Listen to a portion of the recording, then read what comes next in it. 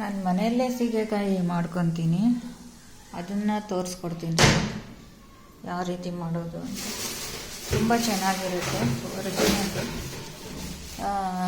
ನಾವು ಅಂಗಡಿಯಲ್ಲಿ soap ಶಾಂಪೂಗೆ use ಮಾಡೋದಕ್ಕಿಂತ ಈ ಥರ ಮಾಡಿಕೊಂಡ್ರೆ ಸ್ಕಿನ್ನು ಚೆನ್ನಾಗಿರುತ್ತೆ, ಕೂದಲು ಚೆನ್ನಾಗಿರುತ್ತೆ, ಡಾರ್ಕ್ ಸರ್ಕಲ್ಸ್ ಎಲ್ಲ ಹೋಗುತ್ತೆ.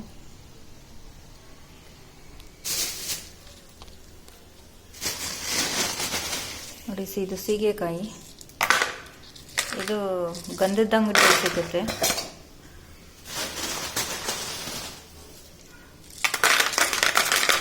ಇದನ್ನೆಲ್ಲ ರಾತ್ರಿನೇ ನೆನೆಸಿಟ್ಬಿಡಬೇಕು. ಇನ್ನೊಂದು 2 days ಮುಂಚೆನೇ ನೆನೆಸಿಕ್ಕಿದ್ರೆ ಇನ್ನೂ ತುಂಬ ಚೆನ್ನಾಗಿ ಬರುತ್ತೆ. ನೋಡಿ, ಮಿಕ್ಸಿಯಲ್ಲಿ ಹಾಕಿ ರುಬ್ಬಬೇಕಾಗುತ್ತೆ.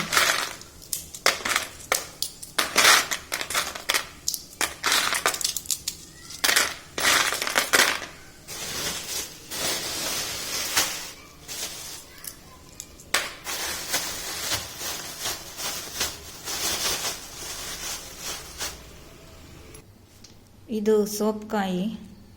ನಾವು ಸೋಪ್ ಯೂಸ್ ಮಾಡೋ ಬದಲು ಇದನ್ನು ಯೂಸ್ ಮಾಡಿದ್ರೆ ತುಂಬ ಒಳ್ಳೆಯದು, ತುಂಬ ಚೆನ್ನಾಗಿರುತ್ತೆ. ಸ್ಕಿನ್ನೇ ಆಗಲಿ ಹೇರೇ ಆಗಲಿ. ಇದು ಗಂಧದ ಅಂಗಡಿಯಲ್ಲೇ ಸಿಗೋದು. ಇದರೊಳಗಡೆ ಬೀಜ ಇರುತ್ತೆ, ಅದನ್ನು ತೆಗಿತೀನಿ, ತೆಗೆದುಬಿಟ್ಟು ನೆನೆಸ್ತೀನಿ.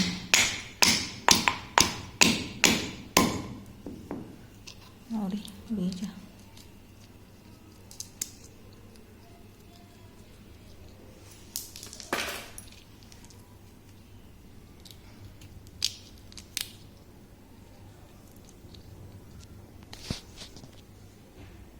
ಈ ಥರ ಇದೆ, ಅದ್ರ ಬೀಜ ಬಂದಿದೆ.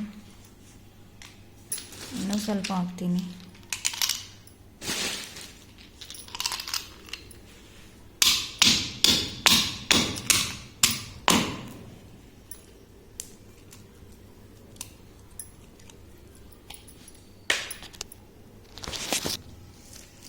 ಇದು ನಲ್ಲಿಕಾಯಿದು, ಒಣಗಿಸಿ ನಾವೇ ಮಾಡ್ಕೊಬೋದು, ಇಲ್ಲ ಗಂಧದ ಅಂಗಡಿಯಲ್ಲಿ ಸಿಗುತ್ತೆ. ಈ ಕಫ ಏನಾದರೂ ಇದ್ದರೆ ಚೆನ್ನಾಗಿ ಬರುತ್ತೆ ಆಚೆಗೆ. ಈ ಥರ ಮಾಡಿಕೊಂಡ್ರೆ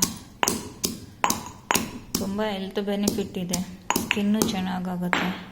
ನಾವು ಯಾವುದ್ಯಾವುದೋ ಯೂಸ್ ಮಾಡೋದಕ್ಕಿಂತ ಈ ಸೋಪುಗಳು ಶಾಂಪುಗಳು ಯೂಸ್ ಮಾಡೋದಕ್ಕಿಂತ ಈ ಥರ ಯೂಸ್ ಮಾಡಿಕೊಂಡ್ರೆ ನಿಮಗೂ ಒಳ್ಳೆಯದು. ಇದು ನಲ್ಲಿಕಾಯಿದು, ಇದು ಅದು ಸೋಪ್ಕಾಯಿ, ಇದು ಸೀಗೆಕಾಯಿ, 3 ಮಿಕ್ಸ್ ಮಾಡಿರೋದು. ನೀರಲ್ಲಿ ಹಾಕಿ ನೆನೆಸಿ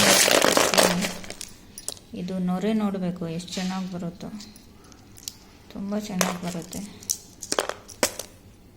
ಬನ್ನಿ ನೀರಲ್ಲಿ ನೆನೆಸೋಣ. ರಾತ್ರಿ ಎಲ್ಲ ನೆನೆಸಿ ಬೆಳಗ್ಗೆ ರುಬ್ತೀನಿ, ಇಲ್ಲಾಂದರೆ 2 ದಿವಸ ನೆನೆಸ್ತೀನಿ. ನೋಡಿ ನೊರೆ ಹೆಂಗೆ ಬರ್ತಾ ಇದೆ.